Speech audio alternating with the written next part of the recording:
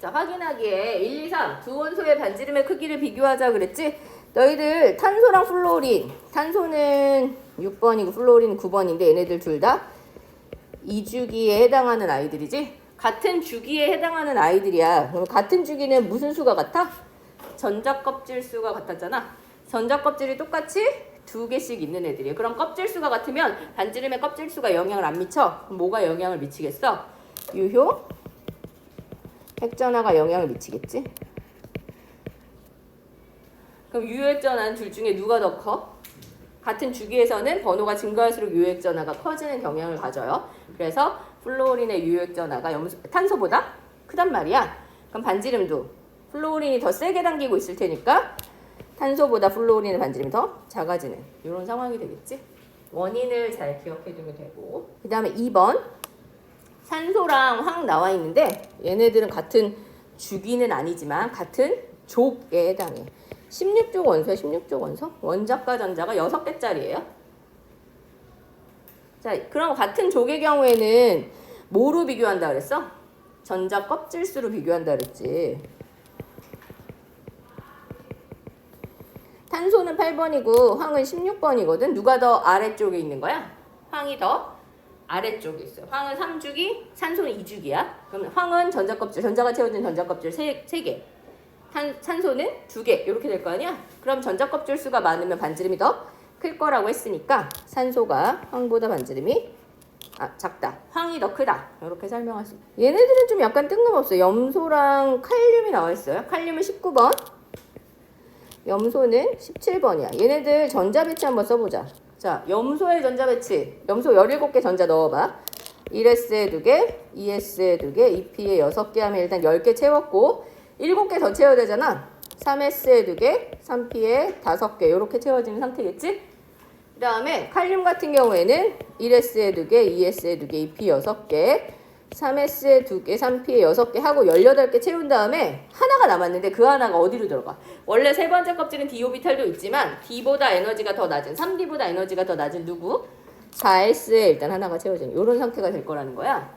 자, 그러면 얘네들은 사실 번호는 2개 정도 차이나 2개의 번호 정도 차이나고 거의 붙어있는 상태나 마찬가지인데 그 끝터리와 맨 처음에 있는 아이이기 때문에 갑자기 주기가 바뀌면서 전자껍질 수의 차이가 확 나겠지? 그래서 이 경우에는 물론 유효핵전화나 뭐 이런저런 차이가 있긴 하겠지만 번호가 아주 근접해 있는 경우에는 실질적으로 뭐가 더 큰 영향을 미치냐? 전자껍질 수가 차이가 나면 그것이 영향을 미치게 돼요. 그래서 염소보다 칼륨이 반지름이 더 커지는 이런 상황이 되더라. 이유가 뭐냐? 그럼 뭐라고 하면 돼? 전자껍질 수의 차이 때문이야. 누가 더 많아서? 칼륨의 전자껍질 수가 더 많기 때문이에요. 자, 그 다음에 너희 거기 밑에 생각 넓히기 문제가 있어. 바닥 상태의 전자 배치가 같은 4개의 이온의 이온 반지름을 비교해라. 이런 문제가 나와 있거든. 근데 이거는 여기 뭐라고 써있어? 논수령 답안 작성 안내. 논수령 문제 중에 선생님이 조건이라는 부분을 달려있는 문제가 다 출제가 될 거거든. 조건이라는 게 달려있으면 답안을 작성할 때 그 조건에 있는 거를 다 집어넣어야 돼. 그래서 아마 지금 여기 생각 넓히기에 있는 문제인데 여긴 토의해보자라고 문제가 나와 있긴 하지만 이렇게 그 이온 반지름의 크기를 비교하는 거를 조건 내용을 포함하여 서술하시오. 이렇게 문제를 출제할 수도 있다는 거야. 이거 샘플이야, 샘플. 교과서에 있는 문제가 이렇게 출제될 수 있어요. 똑같은 게 나올지 뭐 다른 게 나올지 모르겠지만 조건이 달려있으면 너희가 답안을 작성할 때 이 조건에 해당하는 것들이 다 들어있어야 돼. 그러니까 뭐뭐가 들어가 있어야 돼. 얘네들의 양성자가 몇 개고 전자가 몇 개인지. 그치? 그 다음에 얘네들의 원자과 전자가 느끼는 가려막기 효과가 어떻게 차이가 나는지.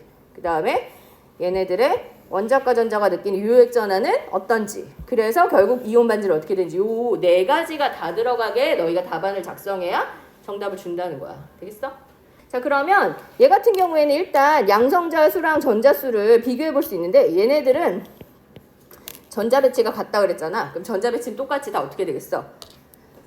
산소는 8번, 플로린은 9번, 나트륨이 11번이고 마그네슘이 12번인데 전자를 2개 하나 얻어서 음이온이 되는 애와 하나 2개 잃어서 양이온이 되는 애들 결국은 전자가 총 몇 개만 남아있게 되냐면 10개 남아있게 돼요. 그래서 네온의 전자 배치와 똑같이 1s에 2개, 2s에 2개, 2p에 6개까지 딱 이렇게 하고 전자 배치가 끝난단 말이야. 양성자 수는 여기 선생님 밑에 써준 숫자 써주고 각각의 양성자 수가 얼마 그다음에 전자는 똑같이 네온의 전자 배출 같아서 이렇게 쓰면 되겠지. 그다음에 그 원자과 전자가 느끼는 가렴압기 효과 아까 선생님 뭐라고 설명했어? 얘네들은 전자수가 똑같잖아. 전자수가 똑같으면 반발력이 어떻게 돼? 같아져서 가렴압기 효과는 오히려 영향이 없어. 같아요. 그래서 가렴압기 효과는 다 똑같아. 그런데 뭐가 달라? 핵의 전하량이 다르지? 그럼 핵의 전하가 잡아당기는 게 다르면 유효 핵 전하는 차이가 나겠지. 그럼 이 네 개의 유효 핵 전하는 결국 핵의 전하량의 영향을 받게 되니까 누가 제일 작고 누가 제일 커지는 거야? 산화이온 O2-가 제일 약하게 잡아당기고 있을 거고, 그 다음에 마그네슘 2+ 이온이 제일 세게 잡아당기고 있을 거라 유효핵 전하는 저 순서대로 점점 증가하는 상황이 될 거예요. 그러면 유효핵 전하는 세게 잡아당기는 거잖아. 유효핵 전하가 크면 반지름은 작아지겠지? 그럼 결국 얘네들의 반지름은 어떻게 돼? 누가 제일 커요? O2-가 제일 크고 제일 약하게 잡아당길 테니까. 그치? 그 다음에 플로리움 아이온, 그 다음에 나트륨 이온, 그 다음에 마그네슘 이온. 이렇게 돼서 유효핵 전하가 제일 큰 얘가 제일 반지름이 작겠지? 요렇게 설명할 수 있다는 거야. 알겠어? 그래서 얘는 결국은 반지름 크기가 어떻게 되냐? O2-가 제일 크고 마그네슘 이온이 제일 작을 것이다. 이렇게 된다. 자, 이온화 에너지 정의를 일단 알아두세요. 정의는 전자를 떼어낼 때 필요한 최소의 에너지라고 이야기하는데 상태가 기체 상태일 때 원자를 기체로 만들어 놓고 거기서 전자를 1몰을 떼어내는 거야. 그때 에너지가 얼마나 필요하냐? 그때 필요한 최소의 에너지를 이온화 에너지라고 해요. 그러면 결국 전자를 떼서 이온을 만드는데 무슨 이온 만드는 거야? 양이온 만드는 거지? 그래서 플러스일과 양이온을 만들 때 에너지가 얼마나 필요하냐? 요걸 묻고 있는 에너지다. 요걸 기억해 두면 돼. 그냥 이거는 그냥 이온화 에너지 그럼 전자 하나 뗀다. 이렇게 생각하면 돼. 근데 전자는 사실 한 개만 뗄 수 있는 건 아니잖아. 그리고 물질마다 그 원소의 특성마다 전자를 두 개를 떼야 안정한 경우가 있고 막 이렇게 될 거 아니야? 그래서 하나를 떼고 끝을 내지 않고 계속 전자를 떼는 그런 시도들과 에너지가 어떻게 되는지에 대한 패턴 이런 것들을 이야기할 거예요. 저 밑에 예시로 여기처럼 나트륨 같은 경우에 가장 바깥쪽 껍질에 있는 전자 하나를 떼어낼 때 그때 필요한 에너지가 얼마인가 봤더니 전자 1몰을 뗄 때 그 1몰 전자를 뗄 때 496kJ만큼 에너지가 필요하다 이렇게 써있지? 필요한 거야. 그래서 그만큼 에너지가 들어가야 양이온이 될 수 있다. 이거 기억해주면 돼.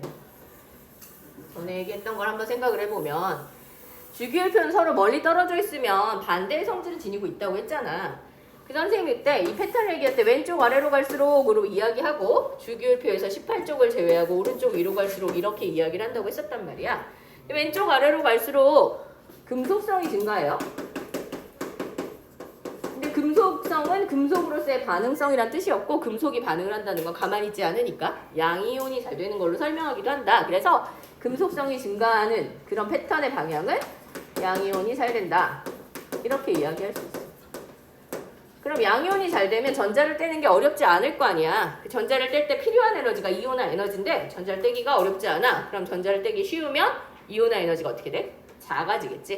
그래서 왼쪽 아래로 갈수록 이온화 에너지가 감소하는 패턴을 가져요. 그런데 이온화 에너지가 감소하는데 그냥 감소가 아니라 우리가 대체로 감소한다. 이렇게 이야기한다는 거야.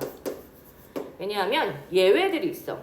꺾이는 부분들이 있어. 그래서 쭉 감소가 아니라 감소했다 증가했다 감소 약간 이런 패턴이 있기 때문에 우리 이런 식으로 설명을 해요. 그리고 같은 족의 경우에는 지금 위에서 아래로 가잖아. 그럼 위에서 아래는 번호가 증가할수록 이렇게 되는 거잖아.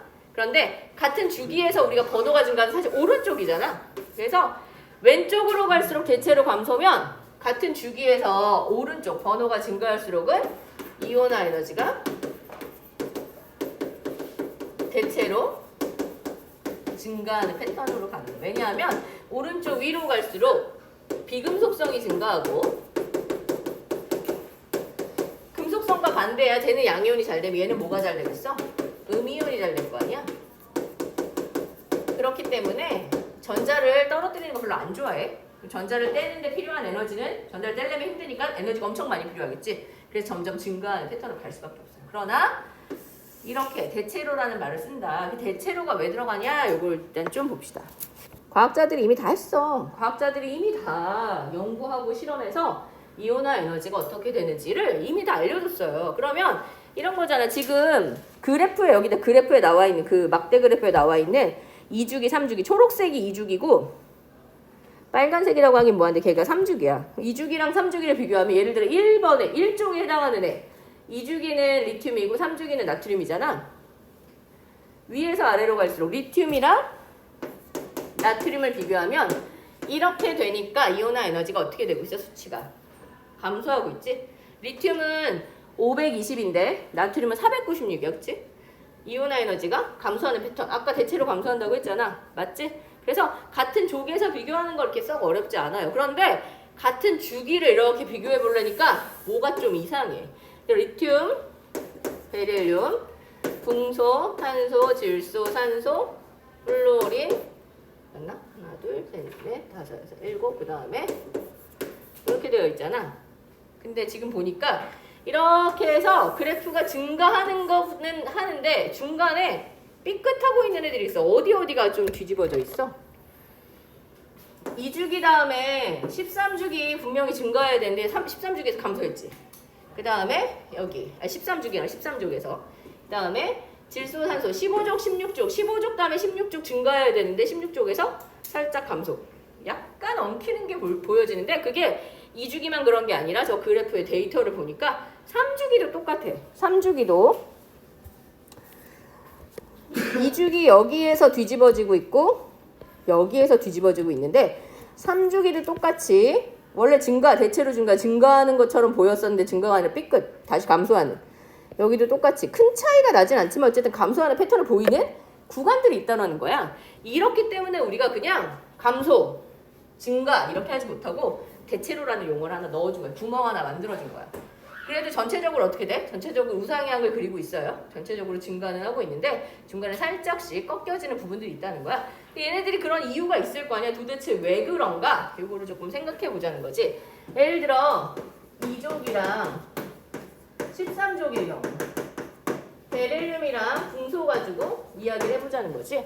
베릴륨의 전자 배치는 베릴륨은 4번이에요.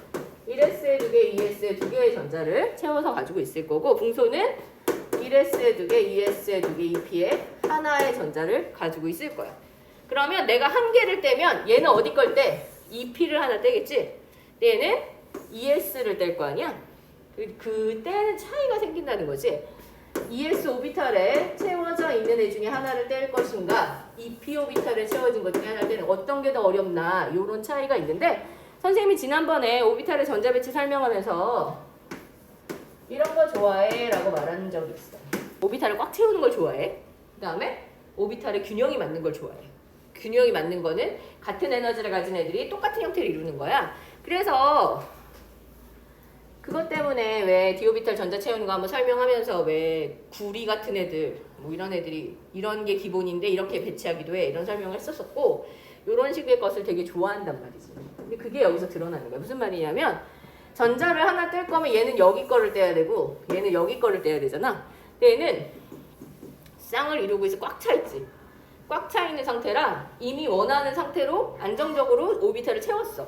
오비탈을 하나를 완전히 채우는 거 되게 좋아해. 그런데 얘는 요거 하나만 들어있고 여기 두 개랑 균형이 안 맞잖아. 사실 요거를 떼면 균형이 딱 맞고 안에가 꽉 찬 채로 끝나니까 굉장히 만족스럽겠지. 그래서 상대적으로 꽉 차 있는 오비탈, 안정적으로 꽉 차 있는 거를 떼는 것보다 얘를 떼서 앞에를 꽉 채워서 끝내는 게 훨씬 더 만족스럽단 말이야. 안정도가 좀 더 커지게 돼. 그러니까 요걸 떼는 거는 상대적으로 조금 쉬워지는 거지. 순서상 증가해야 되지만 그거보다 약간 이렇게 살짝 값이 감소하는 패턴이 보인다는 거야. 그래서 그런 거랑 비슷하게 여기도 마찬가지로 그런 일이 일어나. 질소랑 산소 15족이랑 16족의 경우도 약간 비슷해요. 15족 질소는 7번이고 산소는 8번이잖아. 1s에 2개, 2s에 2개, 2p에 3개 채우고 있었고 1s에 2개, 2s에 2개, 2p에 4개 채우고 있었어. 그럼 얘네들은 현재 얘는 p오비탈의 전자가 1개씩 들어있고 얘는 p오비탈의 전자가 이렇게 들어있는 상태야. 그러면 전자 하나를 떼어낸다고 생각했을 때 얘는 균형이 맞춰져 있는 애를 하나 빼야 되지. 근데 얘는 요걸 떼면 균형이 맞춰지지. 게다가 사실 모두 다 쌍을 이루고 있으면 아예 꽉 차 있으면 상관이 없는데 얘만 딱 쌍을 이루고 있으면 여기만 살짝 반발 전자 두 개가 들어가 있으니까 살짝 반발이 커진단 말이야. 그러니까 이게 꽉 차 있을 때는 오히려 안 정해지는데 그렇지 않을 경우에는 얘 때문에 살짝 반발이 커지게 돼요. 살짝 전자 간의 반발이 살짝 증가하니까 요걸 뺨으로써 균형이 딱 맞춰지는 이 훈트 규칙 그런 거랑 비슷하지? 균형이 맞춰지는 상태가 되면서 안정도가 좀 커지게 돼. 그러니까 순서상으로 분명히 이렇게 가면 이온 에너지가 증가해야 하지만 요걸 떼면서 균형이 맞춰지게 되기 때문에 오히려 여기에 이온 에너지가 작아지는, 엄청 큰 차이가 나진 않지만 살짝 작아지는 효과가 나타나더라. 그게 2주기만 그런 게 아니라 3주기도 같은 족에서 같은 패턴을 보여요. 그래서 이렇게 나타나게 된다. 이걸 잘 기억해 두면 돼. 그 패턴을 잘 기억해 두세요. 근데 그 두 개의 족들, 여기 두 패턴들 빼고는 어쨌든 번호가 증가하면 같은 주기에서는 이온화 에너지가 증가하는 성향을 보여. 그래서 우리가 대체로라는 용어를 집어넣고 설명을 한다. 알아두면 되겠지? 그래서 거기 그림의 왼편에 확인하기 있는데 2, 3주기 원자 2, 3주기를 전체적으로 비교했을 때 결국 양이온이 되기 가장 쉬운 거 물어보고 있는데 양이온이 되기 가장 쉽다는 건 결국은 이온화 에너지는 가장 어떻다는 거야? 작은 거 물어보는 거잖아. 같은 주기에서 이온화 에너지가 가장 작은 족은 1족이고 지금 여기 2, 3주기 전체를 다 통틀어서는 결국 이온화 에너지가 제일 작은 애는 누구야? 이 나트륨이지. 그래서 2, 3주기를 통틀어서 양이온이 되기 가장 쉬운 애는 나트륨이에요. 지금 2, 3주기만 나왔으니까 나트륨이지 사실 어디까지 나오냐에 따라서 결국 가장 왼쪽 아래에 있는 애가 이온화 에너지가 가장 작을 거야. 등장하는 게 어디까지냐에 따라서 그 답은 달라지게 될 수 있겠지. 근데 같은 주기를 따지면 1족이 가장 이온화 에너지가 작아요. 그 밑에 설명하고 있지. 같은 주기에서 같은 족에서 어떻다 이렇게 나와 있는데 같은 주기에서 원자 번호가 증가할수록 유효액전화 증가, 원자 반지를 감소하는데 원자핵과 전자 사이 인력이 강해지면 이온화 에너지가 대체로 어떻게 돼? 대체로란 용어 써 있어. 대체로 증가해요. 그래서 원자핵과 전자 사이 인력이 강해지면 전자를 떼기가 어렵다. 여기서 대체로라는 말을 쓰는 이유는 중간에 예외들이 있기 때문이다. 그리고 같은 족은 원자 번호가 증가할수록 원자 반지름이 증가하잖아. 그럼 핵하고 전자, 원자과 전자 사이의 거리가 멀지?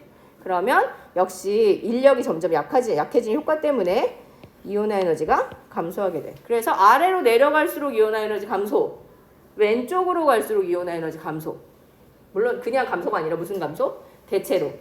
오른쪽 위로 갈수록 대체로 증가. 이 패턴이 있다. 기억해 두면 되겠지? 왼쪽에 물음표에 동그라미 치세요. 이온화 에너지는 같은 주기에서는 원자 번호가 클수록 같은 주기 번호가 클수록 대체로 증가하고 같은 족에서는 번호가 클수록 감소하지. 같은 족에서는 거의 예외가 없기 때문에 대체로라는 말을 잘 쓰지는 않아. 근데 우리가 왼쪽 아래 이렇게 설명하면 이제 대체로 들어가야 되는 거고 같은 주기에서는 반드시 대체로라는 용어를 집어넣어 줘야 돼요. 자, 그 다음에 전자를 하나만 떼는 게 아니라 전자를 계속 떼볼 수 있어. 그래서 우리가 그거를 순차 이온화 에너지라는 용어로 사용해요. 하나만 떼고 끝내면 참 좋겠는데 계속 전자를 떼본 거야. 계속 전자를 떼면 첫 번째 뗄 때, 두 번째 뗄 때 이렇게 매번 이렇게 계속 떼는 거를 순차 이온화 에너지라고 하는데 매번 뗄 때 거기에다 이름을 붙일 거 아니야? 첫 번째 뗄 때를 1차, 두 번째 뗄 때를 2차 이런 식으로 몇 차인지 알려주면 돼. 그래서 하나 떼고 또 떼고 가는 건데 그 밑에 마그네슘의 순차 이온화 에너지가 나와 있어요. 요걸 좀 알아둡시다. 상식적으로 생각했을 때 전자를 계속 떼면 떼는 게 쉬울까 어려울까? 하나를 떼고 두 번째 뗄 때가 더 쉬울까 더 어려울까? 요걸 좀 생각해 봐야 되는 거야. 전자라는 거는 마이너스잖아. 근데 전자만 떼는 거잖아. 핵은 그대로 있는 거잖아. 그럼 플러스는 그대로 있어. 근데 전자만 떼니까 결국 전자의 숫자는 점점 주는데 양성자는 그대로 있어. 그럼 하나를 떼고 두 번째를 떼기 전에 보면 상대적으로 전자가 더 세게 잡아당겨지는 효과가 나타나겠지. 왜냐하면 플러스는 그대로 있는데 전자만 줄어서 상대적 유효액 전하가 감소하게 되는. 전자가 줄었으니까 사실 전자 간의 반발력이 조금 감소하는 효과도 있을 거고 이런 부분들로 설명할 수 있어요. 그래서 여기 그림을 보니까 마그네슘의 순차 이온화 에너지 이렇게 나와 있어요. 첫 번째 거를 하나 뗐어. 첫 번째 걸 뗄 때 필요한 에너지가 얼마래? 378 들어가야 되는 거야. 이게 1차 이온화 에너지가 되겠지? 그래서 그렇게 해서 뗐어. 그러고 나면 전자가 하나 떨어졌으니까 플러스일까 양이온이 됐겠지. 전자가 하나 떨어진 플러스일까 양이온에서 또 하나를 떼요. 그럼 또 하나를 떼면 값이 오히려 어떻게 됐어? 증가했잖아. 왜냐하면 여기는 플러스 12와 마이너스 12가 있었는데 여기는 플러스 12와 마이너스 11. 전자의 숫자가 줄었지? 전자의 숫자가 줄면 전자 간의 반발력은 상대적으로 감소. 그래서 가리움 효과가 감소하는 거지. 반발력이 감소하면 서로가 덜 방해해. 가리움 효과 감소하면 핵이 더 세게 당기는 효과가 나타날 거니까 상대적 유효액 전하가 증가하는 효과가 나타나요. 그럼 더 세게 당겨지고 있으니까 당연히 떼기가 더 힘들어. 그래서 순차 이온화 에너지는 전자를 떼면 뗄수록 점점 더 많은 에너지를 필요로 해. 첫 번째보다 당연히 두 번째가 크고 두 번째보다 당연히 세 번째가 크고 이렇게 간단 말이야. 그런데 두 번째를 다 뗐어. 그랬더니 지금 양성자는 그대로 12개가 있는데 전자가 몇 개만 남았어? 10개만 남고 두 번째 껍질이 사라져버렸지. 지금 완전 안정한 형태의 이온이 되었잖아. 누구 따라간 거야? 비활성 기체 전자 배치랑 똑같이 됐단 말이야. 지금 네온의 전자 배치랑 똑같이 됐어. 그러면 얘네들이 다 원래 이온하고 이온이 되는 이유가 뭐 때문인데? 다 비활성 기체 전자 배치 따라가기 때문인데 두 개 떼고 나니까 만족스러운 상태가 되었어. 그러면 세 번째를 떼는 게 쉽겠어? 어렵겠어? 엄청 어렵겠지. 원래도 에너지가 많이 필요한데 그냥 많이의 수준이 아니라 훨씬 더 많이 필요한 상황이 되는데 그 훨씬 더 어느 정도냐면 보통 첫 번째 이온화 에너지보다 두 번째 이온화 에너지가 많으면 2배, 적어도 1.5배 정도? 뭐 이렇게 요 정도 차이가 나요. 그런데 여기 같은 경우 지금 두 번째랑 세 번째가 2배 이상 차이가 나지? 거의 한 5배에서 10배 정도 에너지 차이가 나는 걸 볼 수가 있거든? 떼는 게 그냥 어려운 게 아니라 그 정도로 차이가 심하게 에너지가 많이 필요해지는 상황이 되더라는 거야. 그러면 우리가 이걸 보고 뭘 할 수 있냐면 첫 번째에서 두 번째 증가하는 건 당연히 증가하는 게 맞아. 그런데 일반적인 패턴이지. 두 번째에서 세 번째 너무 많이 증가했네? 떼기 싫은가 보네? 그럼 몇 개까지는 괜찮아? 2개까지 괜찮네? 그럼 2개까지 괜찮다는 건 2개 떼고 났을 때 뭐를 이루었다는 거야? 옥텟 이루어서 비활성기체 전자 배치가 되었구나. 원자과 전자가 몇 개다? 2개다. 이렇게 찾아줄 수 있다는 거지. 그래서 순차 이온화 에너지를 가지고서 우리가 뭘 할 수 있냐면 데이터들을 비교해가지고 갑자기 값이 증가하는 순간을 딱 찾아. 그럼 갑자기 값이 증가하는 게 지금 여기 세 번째에서 갑자기 증가했지? 그럼 세 번째 직전, 두 번째까지 떼고 나면 옥텟이 되었다. 이런 게 되는 거야. 그래서 원자과 전자가 몇 개인지 몇 쪽인지 찾아줄 수 있어요. 그래서 그거를 비교하는 패턴들, 요걸 기억하고 있으면 돼. 그래서 여기 1번, 2번을 보니까 전자 한 개를 떼어낼 때마다 순차 이온화 에너지 어떻게 돼? 점점 증가. 극가닥을 입자 사이의 사용후 작용으로 설명하라고 보라고 했는데 전자를 떼면 전자의 수가 줄어들면서 전자 간의 반발력이 감소하게 되지. 전자 간의 반발력이 감소하면 가리움 효과가 감소하게 되지. 순서대로 가보면 전자를 계속 떼면 전자수가 감소. 전자수가 감소하면 전자 간의 반발력 감소.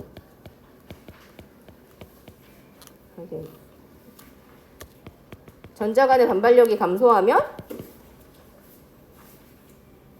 가리움 효과가 가리움 효과 감소 효과. 그래서 결국 가리움 효과가 줄어들게 되면 상대적으로 뭐가 커져? 유효 핵전하가 증가. 유효전하가 증가해서 더 세게 잡아당겨지게 되는 거지. 그러면 결국은 그 다음에 순차 이온화 에너지가 어떻게 된다? 증가한다. 전자를 하나 떼면 전자수가 줄어들고 전자 간의 반발력은 감소해. 근데 핵전하는 그대로 있으니까 가리움 효과는 오히려 가리움 효과가 감소하는 효과 때문에 유핵전하는 증가하게 된다. 더 세게 당기고 있는데 하나를 떼기 힘들겠지? 순차 이온화 에너지가 증가하게 된다. 이런 패턴으로 기억하고 있으면 돼. 그런데다가 여기 마그네슘은 2차보다 3차가 상당히 보통 5배에서 10배 정도 차이가 나게 에너지가 엄청나게 급증하는 걸 볼 수가 있어. 바닥이 뭐야?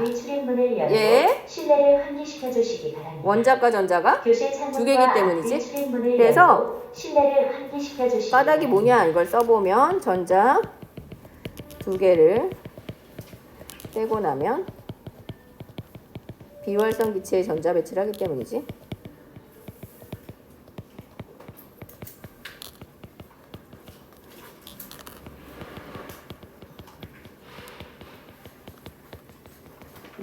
그래서 그 전자를 또 떼는 거는 힘들어진다. 그러니까 안쪽 껍질에 있는 전자를 떼는 꼴이 되기 때문에 옥텟을 이룬 안정한 상태의 이온에서 전자를 더 떼는 건 어렵다.